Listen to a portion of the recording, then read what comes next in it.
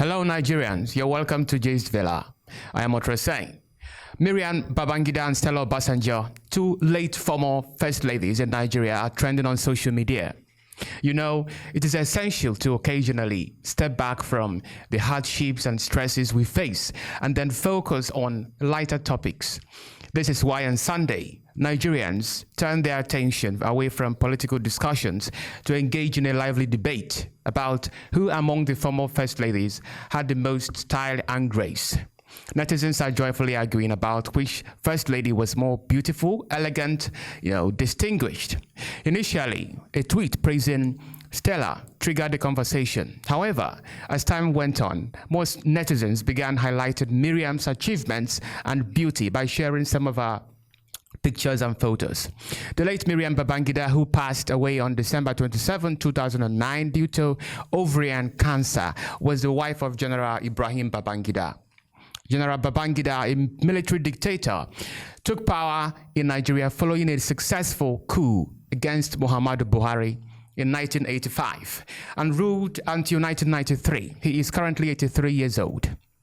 Maryam was celebrated for her groundbreaking initiative, the Better Life for Rural Women program. This program quietly revolutionized the lives of Nigerian women, especially those living in rural communities, by transforming every aspect of their existence. Maryam was equally celebrated for her flawless fashion style and sense. She ascended to iconic status, not just in Nigeria, but in the global scale. Her unique outfits showcased her exquisite taste and simultaneously highlighted Nigerian fashion designers, playing a significant role in the advancement of the fashion industry. On the other hand, the late Stella Obasanjo was married to General Ibrahim Babangida, and together they had one son. Upon becoming Nigeria's first lady in 1999, following her husband's election as president, Obasanjo founded the Child Care Trust, an organization dedicated to supporting underprivileged and disabled children. During her time as Nigeria's first lady, Stella actively participated in the campaign against female genital mutilation. On February 2003, she officially designated the day as the International Day for Zero Tolerance to female genital mutilation. The late Stella Obasanjo tragically passed away in 2005 after a liposuction procedure in Spain went wrong. During the surgery, a tool was mistakenly left inside her abdominal cavity, causing severe liver damage. She succumbed to her injuries 2 days later. So, both first ladies made their marks on the sand of time. However, much of the comments by netizens seem to be rooting for Maryam. Now, Nefertiti said, one comment from Twitter, I said, for a patriarchal society like Nigeria, Maryam Babangida marked the entry into politics by women in Nigeria. A Better for Life program for rural women contributed to this women empowerment. Although very controversial, she is arguably the most influential first lady till date, end of quote. Now, a second quote by Sydney Shoka said, the first lady I crushed on back in my days, my secondary school. Wow, Jesus, she was so fine and made me thirsty. Mind you, I was still in junior secondary school. That was great. Now moving on, Aku remarked, Maryam Babangida was in a class of her own. No disrespect to other elegant first ladies. From building rural mother-child healthcare centers, providing equipment to women entrepreneurs in coup societies, to managing a man like IBB, Maryam was a shining star in the difficult era, end of quote. And then Dr. Musa said, perhaps you were still young during the time of Maryam Babangida. None has come close to her. She was class, brain, and beauty. She was a friend of the masses. May her soul rest in peace. End of quote. And then I have one tweet for Stella Obasanjo from Queen. Queen said, Stella Obasanjo was a confident, classy, and fashionable first lady till today. Maryam Babangida was just beautiful and did not come close to fashion-wise. End of quote. So viewers, the debate over which former first lady holds the crown for the greatest fashion sense and influence is likely to continue for years to come. Both women left indelible marks on Nigeria's history through their unique styles and impactful initiatives. Their legacy is celebrated by many. We keep fueling discussions and admiration, ensuring that their contributions to fashion and society remain a vibrant part of Nigeria's cultural narrative.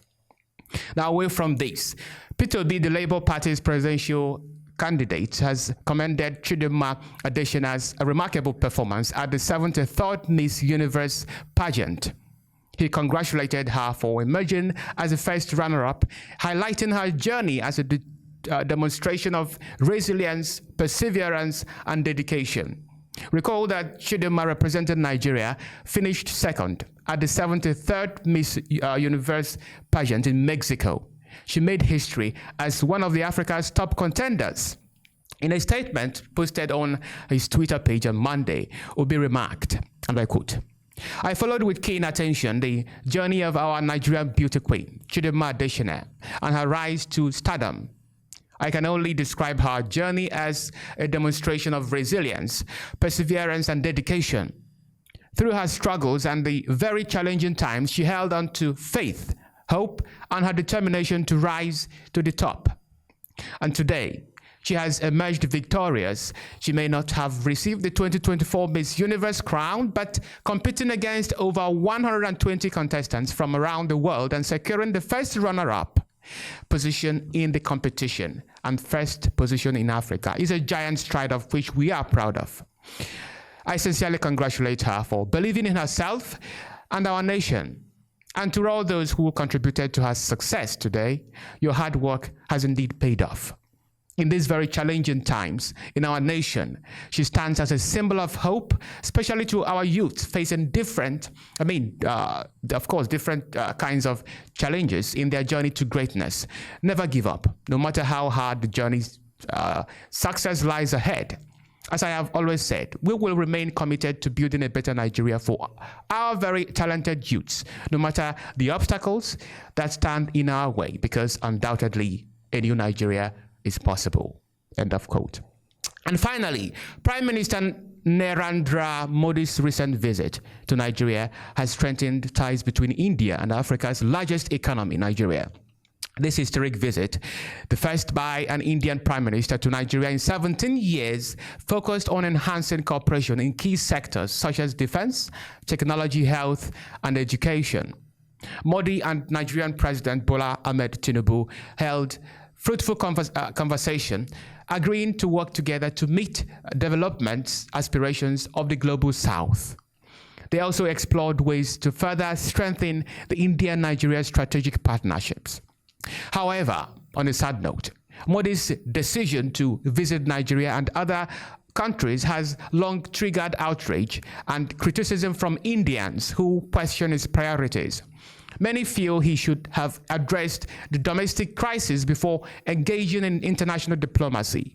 Now, what happened? Fresh violence erupted in India's northeastern state of Manipur after 6 bodies, including women and children, were discovered, sparking allegations of kidnapping and murder by Kuki militant groups against the majority Meitei community.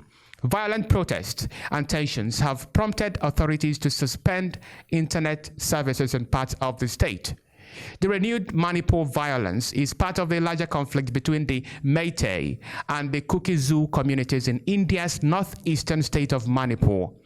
This ethnic violence initially erupted in May 2023, triggered by a court decision granting the Meitei community certain benefits, including land ownership in protected areas and quotas in government jobs and college admissions. The conflict has its roots in historical tensions between the Meitei, who dominate the Imphal Valley, and the Kuki-Zoo tribal community, who inhabit the surrounding hills. The Meitei community's demand for scheduled tribe status, typically reserved for the tribal groups, has been perceived as a threat by the Kuki-Zoo people. In September 2024, the violence escalated with armed groups from both sides engaging in deadly clashes, resulting in at least 11 casualties. The Manipur state government imposed a curfew in 3 districts and suspended internet services in 5 districts to contain the situation. And now some Indians are mad at the Prime Minister for snubbing the bloody conflict or crisis to take a tour overseas. To them, Modi's action is insensitive and hypocritical. Let me give you one or two tweets from Indians. A tweet by Ramai says, "Raped, murdered, paraded naked, our 8-month-old children beheaded. Indian state of Manipur has been burning for 18 months, more than 250 plus dead and 60,000 displaced. Still, Prime Minister Modi didn't even visit the state once, but has visited 26 countries. Shame, shame, shame." And then there is a second quote by Pramod Sharma, who styles himself as an Indian journalist. The tweet says, and I quote, "PM Modi receives Nigerian National Award, worst Prime Minister ever. Modi, please visit Manipur and take it. Your silence speaks volumes. You have not visited the state even for once. You bask in unbridled ignorance while Manipur burns. History will never forgive you." End of quote. Very sad indeed. Some Indians are really ballistic about Modi's travel around the world. Now, what do we learn from this? Very simple. That every country, no matter how relatively powerful in terms of economy, has its own internal crisis. I mean, it is not a bad thing for a leader to engage in international diplomacy, especially in the 21st century. But the point here is that if truly PM Modi had not visited Manipur before embarking on his journey to Africa, then it raises a question of priority. It simply means that the general interest of India is more important to him than the lives of tribal groups being massacred in Manipur, India. Anyway, that's all I have for you on Gist Villa. I am Otra saying, if you like this video, do not hesitate to hit the like button, make your comments, and then subscribe to the Diaspora Digital Media for more exciting stories. Bye-bye.